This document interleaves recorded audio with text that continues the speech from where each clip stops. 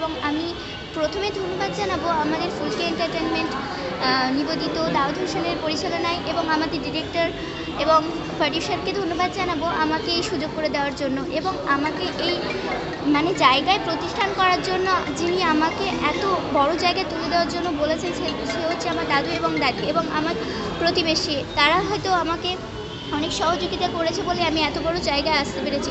হয়তো আমার দাদু যদি আমাকে এত বড় জায়গায় যদি না আসতে বলতো তাহলে হয়তো আমি এত দূর আসতেও পারতাম না। তো আমি সকলকে ধন্যবাদ জানাবো এবং দর্শকদেরকেও ধন্যবাদ জানাবো এবং সিনেমাটি ভালো করে সিনেমাটা দেখতে বলবো এবং আমাকে সহযোগিতা করতে বলবো। পরবর্তীতে আমি পড়াশোনা করব এবং পড়াশোনার পাশাপাশি অভিনয়টাকে এগিয়ে নিয়ে যাওয়ার চেষ্টা করব এবং একটা বড় অ্যাক্ট্রেস হিসেবে ভূমিকায় যেন কাজ করতে পারি। নাম আনিশা, ক্যারেক্টারের নাম পাখি এবং আমি লিড অ্যাক্ট্রেস ভূমিকায় অভিনয় করেছি। নমস্কার, আমি দেবা, আর এই ফুলকি এন্টারটেনমেন্ট প্রযোজিত এবং দাউদ ভাই পরিচালিত আমাদের এই তুই কে আমার সিনেমাটা আজকে রিলিজ হলো। প্রথমে একটা কথা বলবো যে খুব কঠিন একটা সময় চলছে। আমরা সবাই জানি যে আরজি কর নিয়ে আজকে কলকাতা পশ্চিমবঙ্গ উত্তাল হয়ে রয়েছে। তো এই সময় ছবিটা রিলিজ হলো, আর কোনো না কোনো জায়গা থেকে বা কাকতালীয়ভাবে আজকে যে ঘটনাটা বা নৃশংস ঘটনাটা ঘটে গিয়েছে, আমাদের এই ছবির মধ্যেও কিন্তু এই বার্তাটা দেওয়া আছে যে একটি বাচ্চা মেয়েও কিন্তু সেফ নয় আজকের দিন। একটা বাচ্চা মেয়ে যখন স্ট্রাগল করছে সারভাইভের জন্য, খাবারের জন্য, তখন কিন্তু দেখা যাচ্ছে এই সমাজের মধ্যেই কিন্তু মানুষ সেজে যে সমস্ত নরখাদকরা লুকিয়ে রয়েছে তারা কিন্তু এই বাচ্চাটার উপরেও তারা টার্গেট নিচ্ছে। তো এই সমস্ত বার্তা এই ছবিতে দেওয়া আছে। তো আপনাদের বলবো যে আপনারা হলে এসে ছবিটা দেখুন, আপনাদের ভালো লাগবে। আমার নাম দেবা, আমি এই ছবিতে নেগেটিভ ক্যারেক্টার করেছি, চরিত্রের নাম লালু।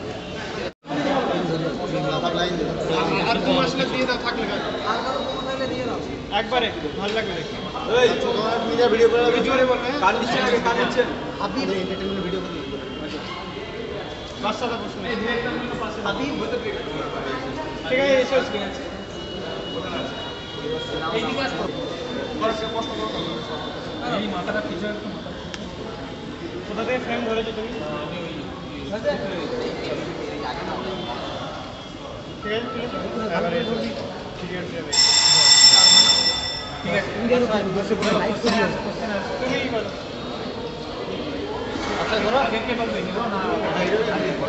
হ্যাঁ, এটা আমার প্রথম অভিনয়। শুটিংয়ের প্রথমে আমি ধন্যবাদ জানাবো আমাদের ফুলকি এন্টারটেনমেন্ট প্রোডাকশন হাউসকে এবং ডিরেক্টর স্যারকে। তিনি খুব ভালোভাবে আমাদের কাজটা তুলে নিয়েছেন এবং অভিজ্ঞতা বলতে আমি প্রথম সিনেমা হিসেবে প্রথম কাজ করলাম।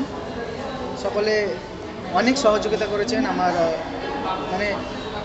আমি পারবো সেটাকে আমাকে প্রমাণিত করে দিয়েছেন আমার বাবা মা, আমার স্কুল টিচার, আমার সমস্ত যারা গুরুজন সকলে আমাকে প্রচণ্ড হেল্প করেছেন এবং প্রচণ্ড আগ্রহী করেছেন যে তুমি পারবে, অবশ্যই তোমার হবে। পরবর্তীকালে পড়াশোনার পাশাপাশি অ্যাক্টিংটা এগিয়ে নিয়ে যাব এবং অবশ্যই চেষ্টা করব পুরো ভারতবর্ষ, পুরো পশ্চিমবঙ্গ, পুরো ভারতবর্ষে একটা বড় অ্যাক্টর হব। সমাজে কি বার্তা? সমাজকে একটাই বার্তা দিতে চাইবো যে আমাদের মুভিটা ভীষণ সুন্দর একটা মুভি। গল্পটা একদম স্যাড, ভীষণই ভালো গল্প। অবশ্যই তোমরা হলে এসে সিনেমাটা দেখো এবং অবশ্যই ভালো লাগবে। আমার নাম বিশাল, অভিনেতা। চলো মূলত কোন ভাবনা থেকে এই ফিল্মটা? দেখুন, আজকের এই সিনেমাটি সম্পূর্ণ বাস্তবতা রয়েছে। আপনারাও হয়তো অনেকে দেখেছেন, অনেকটাই বাস্তবতা রয়েছে যে সমাজে একটা বাবা মার যে পরকীয়া, সেই পরকীয়া নিয়ে গল্প আপনারাও হয়তো অনেকে দেখেছেন বা অনেক জায়গায় চলছে। আমরা খবর পেলাম বহরমপুরেও হাউসফুল হয়েছে, আজকে মুর্শিদাবাদে হাউসফুল হয়েছে, আজকে কলকাতা যেখানে আমরা দেখলাম আজকে এখানেও হাউসফুল হয়েছে। খুবই আনন্দ লাগছে। অসংখ্য ধন্যবাদ এবং আমি শ্রদ্ধা জানাবো আমার গুরুদেব চিত্রনায়ক, চিত্র পরিচালক প্রয়াত টুটুল ব্যানার্জি মহাশয়কে। ওনার হাত ধরে আমার পরিচালক হওয়া। আজকে আমার তৃতীয়তম সিনেমা শুভ মুক্তি পেল। আর ফুলকি এন্টারটেনমেন্টকে ধন্যবাদ জানাবো, প্রযোজক বাশার শেখকে ধন্যবাদ জানাবো এবং ধন্যবাদ জানাবো দেবাদাকে, যিনি নেগেটিভ ক্যারেক্টার করেছেন, এবং বাশারদা রয়েছেন। আর সর্বোপরি আমি ভীষণ খুশি পেয়েছি যে আজকে যে তুই কি আমার সিনেমার যে নবগতা, বলাটাও ভুল হবে নবগতা, একেবারে যে হিরো চরিত্রে ছিলেন বিশাল অসাধারণ অভিনয় করেছে।